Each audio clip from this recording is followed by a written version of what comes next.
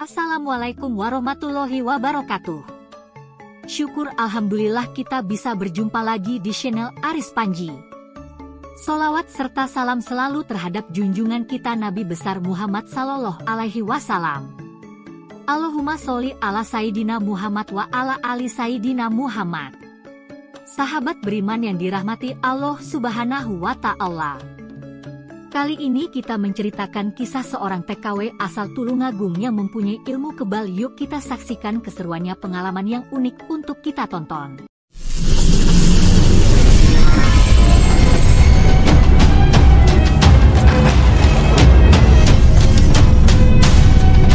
Rumpen. Seorang perempuan muda asal Indonesia berdiri di depan gerbang besi yang dingin dan berkarat. Namanya Dina Putri, TKW asal Tulungagung yang datang ke Kamboja demi harapan hidup yang lebih baik. Namun, harapan itu berubah menjadi mimpi buruk saat ia dijebak sindikat perdagangan manusia. Disiksa, disetrum, dan hendak dijadikan korban perdagangan organ. Dina Putri bangkit bukan sebagai korban, tapi sebagai sosok tak terduga yang membuat para penjahat menggigil ketakutan. Mereka tak tahu bahwa perempuan sederhana itu membawa warisan leluhur, ilmu kebal yang tak bisa ditundukkan dengan senjata tajam. Dina Putri, perempuan muda asal Tulungagung, Jawa Timur, adalah anak pertama dari 3 bersaudara. Sejak ayahnya meninggal dunia karena kecelakaan kerja di pabrik, ia harus menjadi tulang punggung keluarga. Ibunya hanya buruh cuci, sementara adik-adiknya masih duduk di bangku sekolah. Di usianya yang baru menginjak 23 tahun, Dina memutuskan untuk mengadu nasib ke luar negeri sebagai tenaga kerja wanita TKW. Ia direkrut oleh sebuah agen penyalur kerja bernama PT Bintang Abadi, yang menjanjikannya pekerjaan sebagai asisten rumah tangga di Kamboja dengan gaji besar dan fasilitas lengkap. Awalnya, Dina sempat ragu karena negara tujuan itu tidak terlalu umum bagi TKW. Tapi karena agen itu meyakinkan bahwa semuanya resmi dan ia bahkan dijanjikan paspor dan tiket pesawat gratis. Akhirnya ia memantapkan diri untuk berangkat. Ia hanya ingin melihat ibunya senyum kembali dan membelikan sepatu baru untuk adiknya yang selama ini masih sekolah dengan sepatu bolong. Perjalanan ke Kamboja berjalan dengan lancar. Di Bandara Phnom Penh, Dina dijemput oleh seorang pria berbaju jas yang mengaku sebagai perwakilan majikan barunya. Ia dibawa naik mobil van berwarna hitam dengan berkaca gelap. Dina duduk di belakang bersama 2 perempuan lain yang juga baru tiba dari Indonesia. Mereka saling pandang, saling mencoba tersenyum meski hati tak tenang. Matahari sudah tenggelam saat mobil berhenti di sebuah gedung kosong di pinggiran kota. Pria yang menjemput mereka mengatakan bahwa ini adalah tempat transit sementara sebelum dibawa ke rumah majikan. Tapi suasana gedung itu begitu mencurigakan. Gelap, pengap, dan tak ada tanda-tanda kehidupan yang normal. Belum sempat mereka bertanya, datang beberapa pria bertopeng yang langsung memisahkan mereka satu persatu. Dina dibawa ke sebuah ruangan kecil yang hanya diterangi lampu bohlam redup. Di dalamnya ada meja operasi, alat-alat medis, dan 2 pria besar yang memegang alat setrum. Pria bertopeng itu berbicara dalam bahasa asing, tapi Dina bisa merasakan aura ancaman dari tatapan mereka. Tiba-tiba, salah satu dari mereka menyentuhkan alat setrum ke leher Dina. Tubuhnya terguncang, tapi hanya sebentar. Dina menggigit bibirnya, menahan teriakan. Dalam hatinya, ia mulai membaca wirid dan doa-doa yang dulu diajarkan almarhum kakeknya. Dulu ia dianggap aneh karena sering dibawa ke hutan untuk bertapa oleh sang kakek, seorang dukun tua yang dikenal sakti di kampungnya. Tapi kini ia mulai memahami alasan di balik semua itu. Alat setrum itu terus digunakan, tapi tubuhnya tetap tegak. Dina hanya menunduk, napasnya teratur. Para pelaku mulai panik, tak mengerti kenapa korban mereka kali ini tak juga roboh seperti biasanya. Mereka tak tahu bahwa Dina bukan TKW biasa. Darah pendekar masih mengalir di dalam tubuhnya. Salah satu pria bertopeng kembali menaikkan tegangan alat setrum dan menyentuhnya ke dada Dina. Suara listrik menyambar, berdesis menakutkan. Tetapi yang terjadi justru sebaliknya, alat setrum itu memercik dan seketika mati total. Pria itu terlonjak kaget, memukul-mukul alat tersebut, mengira baterainya habis. Tapi temannya mencoba satu alat lagi, dan hasilnya tetap sama. Listrik itu seperti tertolak begitu menyentuh kulit Dina. "Kenapa dia gak pingsan?" teriak salah satu dari mereka dalam bahasa Kamboja. Mereka saling pandang, bingung dan mulai panik. Dina masih berdiri tenang, tak bergerak. Matanya tetap menunduk, tubuhnya hanya sedikit gemetar, bukan karena ketakutan, tetapi menahan amarah. Dalam hatinya, ia kembali membaca doa-doa lama yang dahulu pernah diajarkan kakeknya. Ketika mereka bersemedi di bawah air terjun, saat malam bulan purnama. Dina tak pernah tahu apa gunanya ilmu itu, sampai malam ini, di tanah asing. Yang tak pernah dia kenal sebelumnya. Salah satu pria kehilangan kesabaran. Ia mengambil pisau bedah yang sudah dipersiapkan, lalu mencoba menusuk perut Dina. Dengan kekuatan penuh, ia menghujamkan pisau itu. Namun, kerak. Pisau itu patah seketika saat menyentuh kulitnya, yang keras seperti baja. Si pria terjatuh ke belakang, tangannya terluka oleh patahan bilah pisau tersebut. Ketakutan mulai menyelimuti ruangan. Mereka baru sadar bahwa perempuan yang ada di hadapan mereka bukan perempuan biasa. Ini bukan manusia biasa, gumam pria tersebut sambil mundur perlahan. Mata mereka melebar, wajah-wajah yang tadinya kejam dan percaya diri kini dipenuhi rasa ngeri. Mereka pernah menghadapi puluhan korban dari berbagai negara, dan tak ada satupun yang bertahan dalam tahap awal penyiksaan. Tapi kali ini berbeda, ini seperti menghadapi makhluk gaib. Dina lalu mengangkat wajahnya perlahan. Tatapannya tajam, namun tetap tenang. Ia menghela nafas pelan, lalu berkata dengan suara lirih, namun menggema di seluruh ruangan, "Kalian sudah keterlaluan. Aku datang untuk mencari rezeki, bukan untuk disiksa. Tapi kalian justru membuka pintu yang seharusnya tak kalian sentuh." Sallallahu ala Muhammad. Seketika itu juga, lampu di gudang padam. Gelap total. Suara alat-alat logam yang jatuh terdengar bersamaan dengan jeritan-jeritan histeris dari para pelaku yang seolah dihantam oleh sesuatu yang tak kasat mata. Ruangan itu berubah menjadi medan keheningan yang mencekam, hanya tersisa bisikan mantra dari mulut Dina yang terus melafalkan doa-doa perlindungan dan pembalasan dari leluhurnya. Malam itu, gudang tempat operasi sindikat perdagangan organ itu menjadi saksi bagaimana seorang TKW yang terlihat lemah justru menjadi pembalasan atas kejahatan yang selama ini tak tersentuh hukum. Salah satu dari pria bertopeng yang tersisa, yang tampaknya adalah pemimpin kelompok, mencoba melawan rasa takutnya.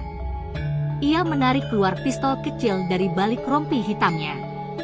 Dengan tangan gemetar, ia membidikkan senjata itu ke arah Dina. Namun sebelum ia sempat menarik pelatuk, Dina bergerak. Gerakannya sangat cepat, hampir seperti bayangan. Ia hanya melangkah satu kali ke depan, dan pistol itu tiba-tiba terlempar entah kemana. Pemimpin sindikat itu terpental ke belakang, tubuhnya menabrak dinding logam gudang hingga ambruk. Jeritannya terdengar lirih, lalu sunyi. Sementara itu, dua pria bertopeng lainnya mencoba kabur lewat pintu samping. Tapi pintu itu seperti tertutup rapat, tak bisa digerakkan. Mereka menendang, memukul, bahkan menghantamkan tubuh mereka ke sana kemari, namun sia-sia. Dina menatap mereka dari kejauhan, sorot matanya dingin dan penuh wibawa yang anggun.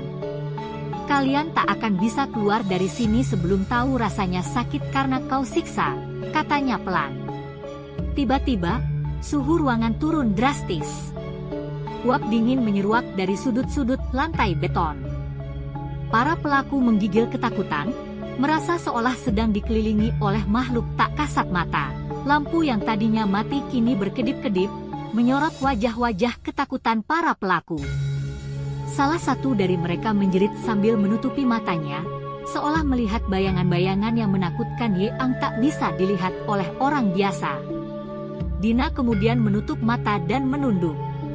Ia kembali membaca mantra warisan dari leluhurnya, mantra yang hanya diwariskan secara lisan oleh kakeknya, yang dulu dikenal sebagai penjaga ilmu kebal dan pelindung desa dari serangan gaib. Di tengah kekacauan itu, terdengar suara gemuruh dari luar, suara mobil patroli polisi Kamboja yang datang karena laporan warga sekitar tentang suara jeritan dari gudang kosong.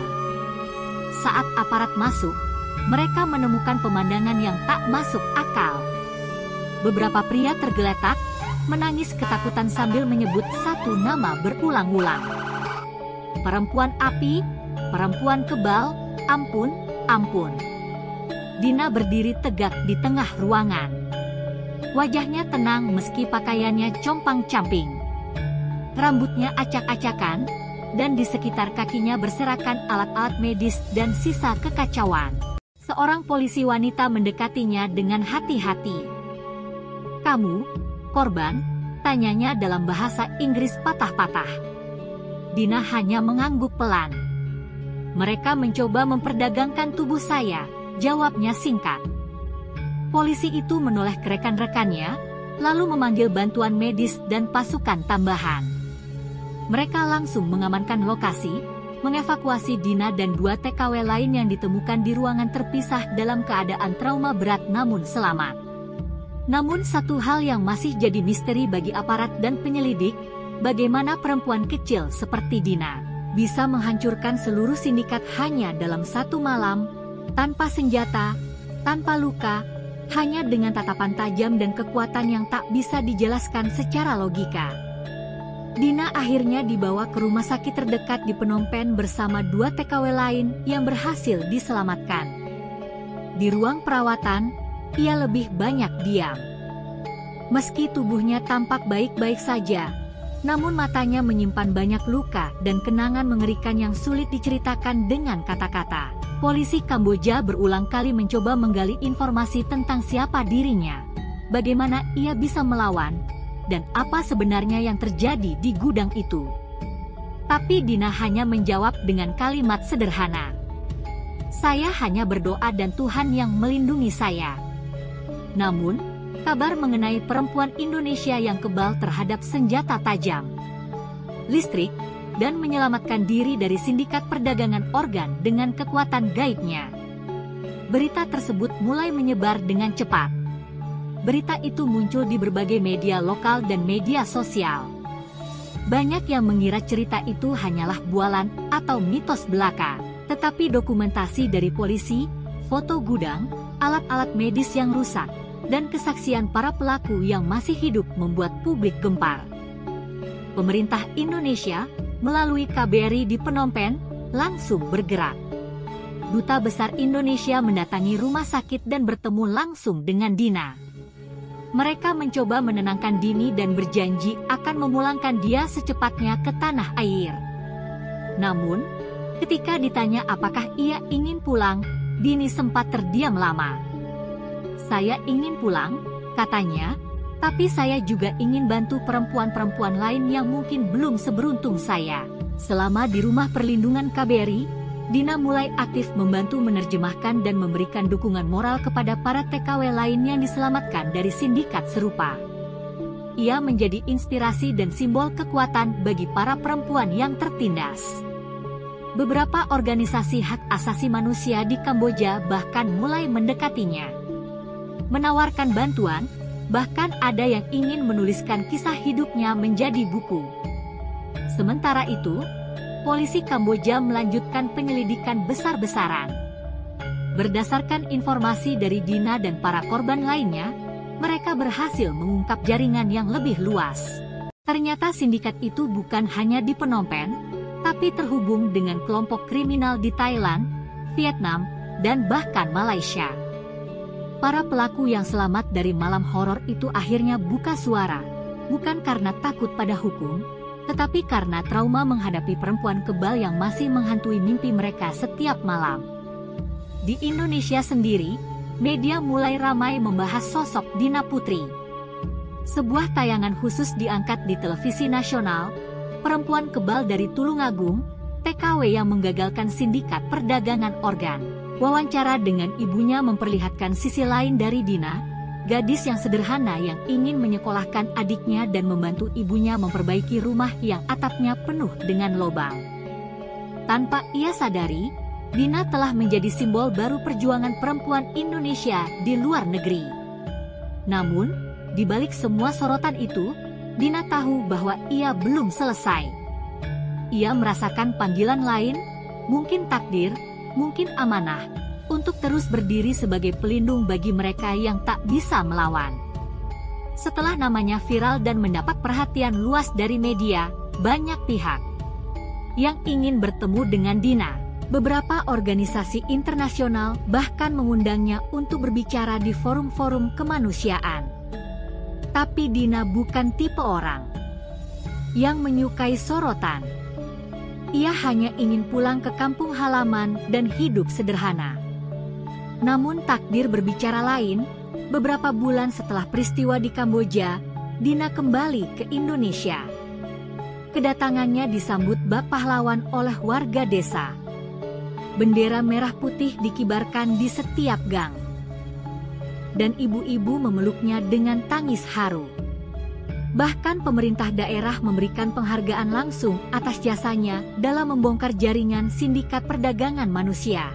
Meski begitu, Dina tetap rendah hati. Ia hanya berkata, "Saya bukan siapa-siapa. Saya hanya ingin selamat, dan Allah Subhanahu wa Ta'ala yang selamatkan saya." Namun, hidupnya tak kembali seperti semula. Suatu malam, ketika Dina sedang duduk di depan rumahnya, seorang pria tua tak dikenal datang membawa tas lusuh. Ia memperkenalkan diri sebagai utusan dari Persekutuan Penjaga Warisan Nusantara, sebuah kelompok rahasia yang bertugas menjaga dan melindungi ilmu-ilmu leluhur agar tidak hilang di telan zaman. Pria itu berkata bahwa apa yang Dina lakukan di Kamboja telah menggetarkan mereka. Ilmu yang kamu bawa sudah sangat langka. Kami ingin membimbingmu lebih jauh. Tapi keputusan itu tetap di tanganmu. Dina sempat bingung, tetapi akhirnya menyetujui untuk belajar lebih dalam. Ia merasa bahwa kekuatan yang ia miliki bukan hanya untuk menyelamatkan dirinya sendiri, tetapi juga orang lain. Dalam pelatihan rahasianya itu, ia belajar mengendalikan energi yang ada di dalam tubuhnya, memurnikan niat batin, dan menggunakan ilmu kebalnya bukan hanya sebagai perlindungan fisik, tetapi juga ahli spiritual. Setahun kemudian, Dina menjadi sosok tak kasat mata dalam berbagai penggerbekan sindikat TKW ilegal. Ia bekerja sama diam-diam dengan aparat, membantu mengungkap kasus-kasus penyiksaan TKW di berbagai negara Asia. Tak seorang pun tahu keberadaannya secara pasti. Para pelaku hanya menyebutnya dengan nama perempuan baja dari Nusantara. Cerita Dina menjadi legenda. Banyak TKW yang kini merasa lebih percaya diri dan tak takut lagi karena mereka tahu, di luar sana, ada seseorang yang siap datang saat mereka benar-benar dalam bahaya. Dan Dina, di balik kesederhanaannya itu, dia terus berjalan di jalan sunyi, menjadi cahaya bagi sesama perempuan yang tertindas. Ia bukan superhero. Ia bukan pendekar. Ia hanya seorang anak desa yang memiliki keberanian untuk melawan kejahatan dengan doa, niat baik, dan warisan ilmu dari leluhurnya. Tetapi justru karena kesederhanaan itulah, ia menjadi simbol harapan. Di suatu malam yang sunyi, saat angin berhembus lembut di persawahan desa, terdengar suara langkah ringan dan bisikan doa. Pertanda bahwa Dina Putri masih menjaga dunia ini dari dalam bayangan. Sebagai manusia perempuan tak kasat mata. Semoga kisah ini menarik untuk ditonton. Lebih dan kurangnya mohon dimaafkan, yang benar datangnya dari Allah Subhanahu wa Ta'ala. Khilaf atau keliru itu datangnya dari saya pribadi sebagai manusia biasa. Sampai ketemu di kisah-kisah seru yang penuh makna selanjutnya. Saya akhiri, wassalamualaikum warahmatullahi wabarakatuh.